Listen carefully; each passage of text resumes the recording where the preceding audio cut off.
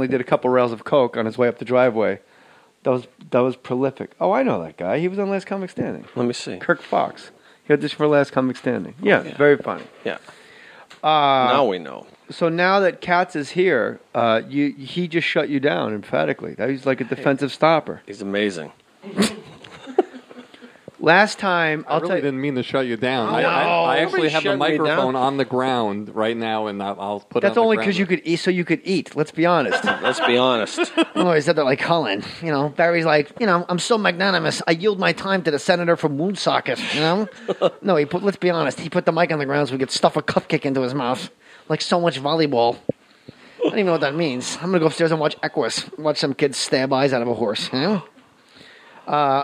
Uncle Dan, we wanted you here to tell you this bizarre story that happened. Yeah. I'm upstairs asleep. It's like 8 in the morning, maybe 7:30 in the morning, and my doorbell rings like 40, not even. Did I tell you this already? No, but I heard a little bit about it. Go ahead. 40, like ding dong, like there's an emergency, like my wife's decapitated, there's been a car accident, you need to help us. I don't know why that was Schwarzenegger in the middle of my story. So like, I wake up like, what's going on? And Teresa's here, we nanny a couple nights a week, St. Teresa we like to call her. Yeah. And she answers the door, and all of a sudden my wife goes downstairs and peeks, and then my wife goes, I think the guys from Broken Lizard are here. Broken Lizard. It's they make like Super Troopers and beer, like they're good filmmakers. Yep. And I'm like, what? And then I just panic because Dan Soder was on the podcast, and I know I'm like just well enough where they could do a prank on me. Yeah. Right? Like, don't really know him, but he was here. We had a good time. Paul Soder, excuse me. And I'm like, all right, I tell my wife, don't go downstairs, no matter what. I am not going downstairs. Nothing's going to convince me. And then I come to the landing. Teresa's standing at the bottom of the stairs. And she speaks regular English with a little bit of an accent. She goes, Jay. Me too. Broken Lizard. She speaks Broken Lizard. How'd you miss that one? Katz is fucking destroying you. Man, he's Battle quick. of the 100s. That's all right. This is like Hakeem in the first paint. half. Just ask the Patriots about the first and second half. It's a marathon. It's not a 100-yard That's day. right. That's what they say. But you're wearing a Patriot shirt, which is kind of ironic. You use that reference. That's how I thought of it. He drove here in that Patriots shirt going, where do I drop to ask the Patriots about the second half I've got a couple more of those comment? Patriots second half things to drop, too. But go ahead. Go ahead. I like Rob Gronkowski in the body issue of ESPN magazine, butt-ass naked, completely shaven, holding a piñata football over his crotch. Man. Great, fine. Just a lot of girls would like to whack that piñata. Girls, he's wearing a fucking candy necklace. He's got every guy in Charlestown punching his clown. What? A fucking candy necklace? What are you doing? Man, I'm not cheering for him anymore. I'm not sure. I don't understand the body issue. Jason Stewart of the Jim Rome Show brought up a great point to me. He goes, who is this for? Like, if you watch pornography or if you can get like a dirty magazine or Playboy, like to see a U.S. Olympic soccer woman kicking the ball, no nudity, like everything's kind of shielded. Like, who's at home going, oh, yeah, look at that. And like, am I supposed to be surprised? Like, oh my God, a tight end in the NFL has huge pecs. You know what I want to see? I want to see the body issue with like David Wells, Vince Wilfork. Where you go, Vince Wilfork? That guy actually. CC Sabathia. CC Sabathia. Michael Prince Chang. Fielder. Michael Chang, I'd like to see naked on a personal note. Would you? So the doorbell's going crazy. And then I come down to the landing. Teresa's standing there looking up. Her eyes as big as saucers. She goes, Jay, there are 3 very, very big people outside. And I'm like, wow. All right, well, that's Broken Lizard's out because she wouldn't know who they are. But she's like starstruck, okay? Then Katz walks in, and I go, well, I'm definitely being pranked because Katz is in on... She thought I was Vincent from Beauty and the Beast. Me too. When he first walked up.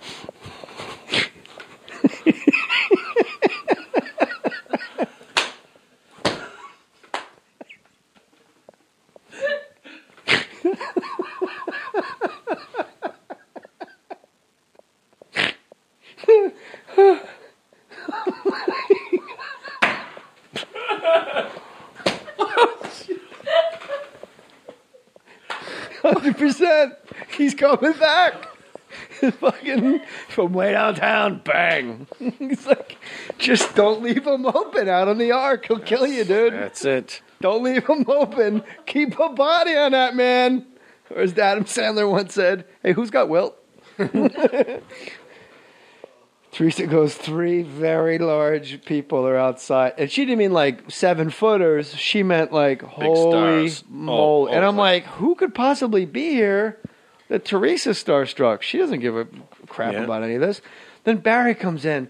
His shirt's untucked. He's wearing khaki pants. He was dressed like, usually Katz dresses like one of the Oak Ridge boys. Like, he's like a cool, rough and tumble. Look, which one? Yeah. Jimmy. I'm thinking of the Osmonds. Yeah. He's got the cool boots, the cool jeans, jacket, shirt. He dresses to impress. Very rock and roll manager look. Yeah. The people. I don't think I want you to tell the rest of the story from this point, because I think I want to tell you my part of the story leading up to that, so we go back and then we start at the door again. Go ahead. Is that okay? Yeah. Hey, I'm the point guard. I facilitate you guys. Fantastic. So I'm picking up a contract from Jay that oftentimes I come here and he'll leave something on the front stoop or underneath, and I left something for him. So I actually thought I was just coming to pick up something on the stoop without actually bothering him, because it was early in the morning. Yeah. So there's no parking spaces, and I double park, and I get out of my car, and I look straight ahead, and there's this beat-up Volkswagen bus, the kind that you remember from those people my age in the 70s with all the peace signs on and all the cribs in the tree times. Like, tremendous amount of graffiti, and it's really beat up. And the steering, the windshield is very, very dirty, and I see 2 people in the car, in the Volkswagen bus, but I don't have my glasses on. It is about... I'm not wearing my Volkswagen bus glasses. And I only wear glasses at night, but I hate still... when you forget those. Do you have yours on? I got them in the car. So I can't really tell who it is, but they look sort of familiar, but I don't know who they are, and I don't even pay any attention to. And the way fake mustache studios are, there's a little gate, but there's also a driveway parallel to it. And I walk through the gate, and as I'm walking to the front, I notice sort of a suit jacket and somebody walking towards me to the side in my peripheral vision. And I look over, and I say, I'm about to say something, and the person says, Barry, what are you doing here? And I said, Jerry, what are you doing here? Jerry Garcia was in my refrigerator. The 2 Jerrys. And so it's obviously Jerry Seinfeld, and I say, are you here to do Jay's podcast? And he says, I don't know what you're talking about. I'm here to see Sugar Ray Leonard. And I said, Sugar Ray Leonard was in your refrigerator. Happens all the time, by the way. Yeah. People always come here asking for Sugar Ray. When I was pulling up, Sugar Ray was just leaving, walking down the streets. So we're walking up to the door. His house is the black neighborhood. Yeah.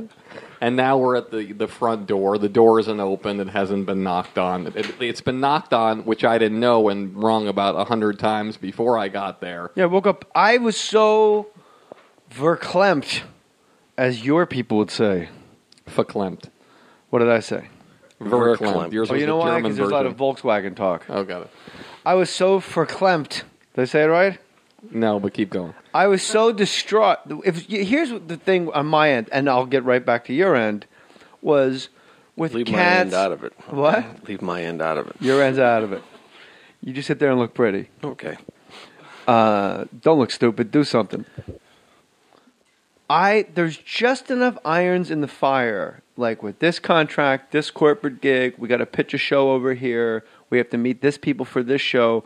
That it would be exactly my life, that one of those things completely escaped my mind entirely. And I have a 1-year-old, you know what I mean? So I just figured that's what happened. I immediately, when I hear ding dong, and I hear Barry's here, I go, oh my God. Like that thing about Lane Smith. They want to do a documentary about Lane Smith from Lois and Clark. To Phil Hartman wants to get they want to get Phil Hartman a star on the Canadian Walk of Fame, which I'm like, how about you shoot for... the Canadian Walk of Fame? That's what I'm saying. Like, how about you shoot for Hollywood? You like, really? Canadian Walk of Fame? Him and Anne Murray and Loverboy? What do you... Come on, what are you doing with that, So I just get in the shower and I'm just scrubbing like, oh my, I got to get, in my mind, I better get camera ready now that I no longer think I'm being pranked. just in case, I probably forgot something important, and I'm going to come downstairs and act like, yeah, I was getting ready, like totally cool. Like, what's going on? Like, I'm putting like stuff to cover up like my circles under my eyes on my face. This is before I had gotten there. They had been ringing the doorbell and bothering you, but you didn't come down and whatever. And so I say, no, Sugar Ray Leonard doesn't live here. Jay lives here. He's like, Jay? I said, yeah, Jay Mohr. Oh, Jay? No, Sugar Ray Leonard lives here. I said, Jerry, Jay lives here. I've been working with him. I know he this is where he lives. And then all of a sudden I hear, and I wish I could do the impression, oh no, Sugar Ray Leonard lives here. I turn around. Hold on, don't say a word. Who do you think that is that he just did, Uncle Dan? Larry Holmes? Close. Easton. The Easton assassin? He's from Easton, so you're close. And so I sounded like him. Do it again. Let me see if I can do it. Oh no, it's Sugar Ray Leonard lives here. I'm with Uncle Dan. That's Larry Holmes. Sounds like Dick Nixon or Larry Holmes to me. Tricky Dick, baby. I am not a crook. That's right. And I turn around, and the guy says, Barry, what are you doing here? Everybody keeps asking you what you're doing here. I said, Michael, what are you doing here? Been here? Michael Holmes. Larry Holmes is... No, all right. Michael Spinks. No, so it was Michael Richards. And he said, and he looks at me and he says, I know you. You represented me. I said, yeah, I did represent you for about a month. He said, you did? Yeah. Pre-Seinfeld? No, after Seinfeld. Pre-N-word. And then he's going to see the champ, the 6-time world champ, Sugar Ray Leonard. He says, no, Barry. Sugar Ray Leonard doesn't get TMZ? He said, no, Barry, this is Sugar Ray Leonard's house. He could have interviewed Kelly Pavlik. There's a lot of white fighters that would have let him in his house. I said, look, guys, this is Jay Mohr's house. And finally Jerry realizes, and he says, yeah, Michael, it's Jay Mohr's house. Can't you see? He's his manager, and he's here for a big meeting. He's got his meeting pants on.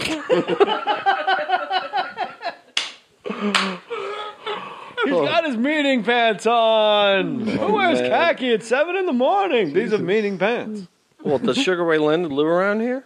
Yeah, we found out after the fact. Teresa goes, yes, he lives, he lives very oddly close. I've never seen the man. I would have recognized him. He's Sugar Ray. Yeah. And she goes, yeah, no, and like of all the people in the world, like Teresa from Central Mexico goes... South Central, I think. Huh? South Central Mexico. South Central Mexico says... One secondita. I go, Sugar Ray Leonard, like, does he even live around here? And she just goes, yes, he lives around the corner. Like, tells me, like, his address. Like, she's wired into the neighborhood. And here's what's bizarre about that story. If you show Teresa, like, flashcards, and we talked about this a long time ago, Katz and I, of famous people. If you showed her 1,000, if you showed her Nick Cage, if you showed her, Jesus, help me. Jane Krakowski, if you show, nothing. There's 2 people that she would say, I know him. And that's Jerry Seinfeld, because it's on all the time. It's even on Telemundo when he goes, ¿Qué pasó avec los pantalones? So out of everyone in the showbiz world, the 2 people where Teresa just goes, a gulp, and realizes something is afoot. So at that point, after he says, he's got his meeting pants on, the door opens, and it's Teresa. And she's got this look on her face like literally, Nice pants. Nice pants. That's right. She was admiring my pants. Are those Docker jeans you're wearing? Going to a meeting? And after this? And then she goes... ¿Dónde está ese meeting? And then she goes and she walks back, presumably to get Nikki or you. But the door remains open. And so one of the interesting things that I didn't share with you is I said, Jerry, and Mike, I got to tell you a story, Jerry, that Michael brought me to his house. And as I'm starting to tell the story, I'm standing up here, but I see Jerry out of the corner of my eye. You know how somebody has their hand down and they kind of go like that with their fingers? Yeah, a little high sign, like they're waving to somebody across the yard. Like waving to somebody to come forward. And I have my back to the street, but he's in front of the door, and he's going like this. And I'm talking, and I turn around, and a camera crew comes through your archway and into the yard with the wires and everything, and they're like a reality show. Apparently, yeah, they're doing some kind of reality show. So I tell Jerry... This is after you've told them Sugar Ray Leonard does not live here. That is correct.